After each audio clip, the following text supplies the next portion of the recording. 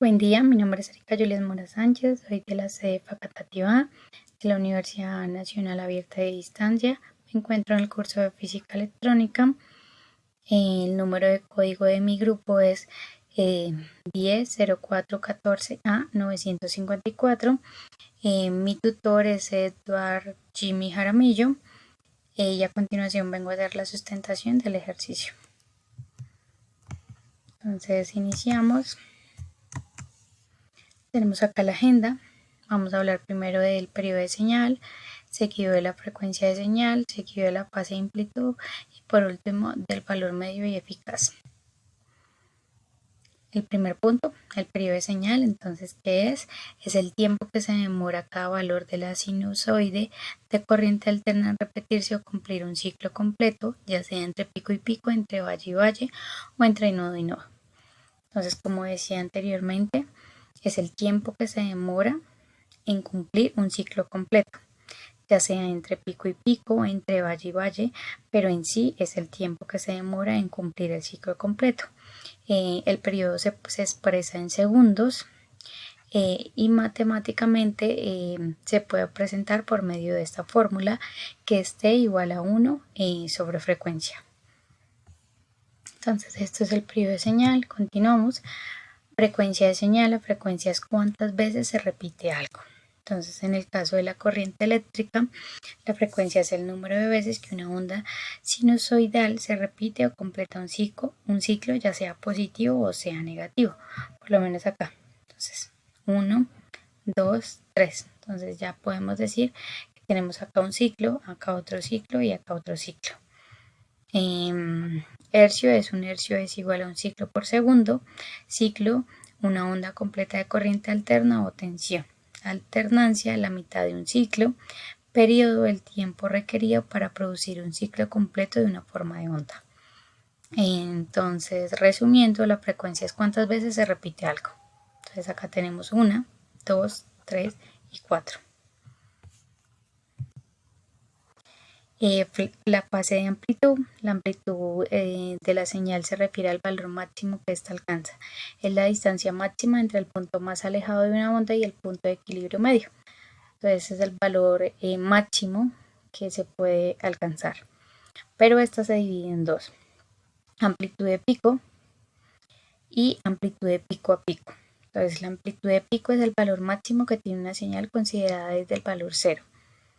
Que es esta, por lo menos acá podemos ver amplitud. Entonces de considerada desde el valor 0 hasta el pico más alto. Pero si ya la queremos ver amplitud de pico a pico, es la diferencia entre el valor máximo y el valor mínimo de una señal. Entonces desde el pico más alto en positivo hasta el pico más bajo en negativo. Entonces esta es como la clase de amplitud. Por el valor medio y eficaz, se llama valor medio de una tensión o corriente alterna la media aritmética de todos los valores instantáneos de tensión o corriente medios en un cierto intervalo de tiempo. Entonces, esto es la definición de valor medio. Y de eficaz se llama valor eficaz de una corriente alterna al valor que tendría una corriente continua que produjera la misma potencia que dicha corriente alterna al ampliarla sobre la misma resistencia. Es decir, se conoce el valor máximo de una corriente alterna. Por este lado eficaz. Entonces acá tenemos como unos ejemplos donde BP es valor pico, donde BPR valor promedio, donde BPP es el valor pico a pico, que era también lo que hablábamos anteriormente. BRMS, acá es el valor de RMS o eficaz. Entonces, ¿cuál sería mi valor eficaz? Entonces acá podemos tener como un resumen de lo que les explicaba anteriormente, que es el valor del pico, el valor de pico a pico, que es desde el pico más alto en positivo hasta el pico más bajo en negativo, que el valor de pico es donde estás más alto hasta 0, lo cuentas, el valor promedio, que es más o menos cómo se comportó, y el valor eficaz, que es el que tenemos acá. ¿Listo? Y ahora pasamos a la pregunta que me correspondía, es ¿qué diferencia hay entre un semiconductor tipo P y un tipo N? Entonces, ¿cómo se fabrican estos? Entonces, para estos fines, entonces generalmente dice, los semiconductores extrínsecos son componentes de muchos dispositivos eléctricos comunes, así como de muchos detectores de radiación ionizante. Pero estos fines, un diodo semiconductor, dispositivos que permiten la corriente en una sola dirección.